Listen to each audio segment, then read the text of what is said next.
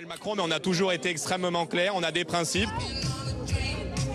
S'il souhaite rompre, alors nous sommes prêts à lui dire qu'il y a des attentes très fortes aujourd'hui dans le pays, mais pour ça il faut avoir le courage politique.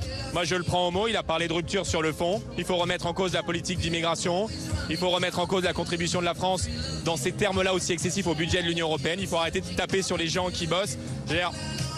Il faut mettre en œuvre une politique de rupture qui est aujourd'hui attendue par beaucoup de nos compatriotes. Mais quand on vous écoute, on a l'impression que son sort est déjà scellé. Vous êtes déjà en campagne pour des législatives anticipées. Mais parce que je vois pas comment est-ce que le pays peut renouer avec la stabilité s'il n'y a pas de majorité à l'Assemblée nationale.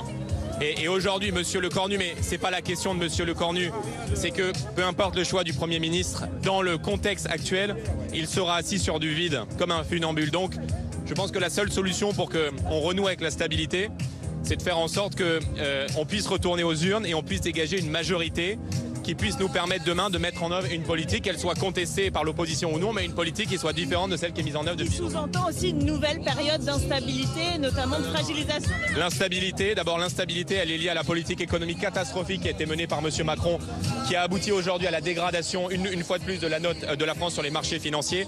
Et elle est liée aux accords contre nature des dernières élections législatives entre l'extrême gauche et la Macronie, qui ont assumé de bloquer et de paralyser le pays pour nous empêcher de gagner. Donc je pense qu'on n'est pas la source du blocage, très loin de là. Au contraire, on est très certainement la clé de déblocage de la situation actuelle.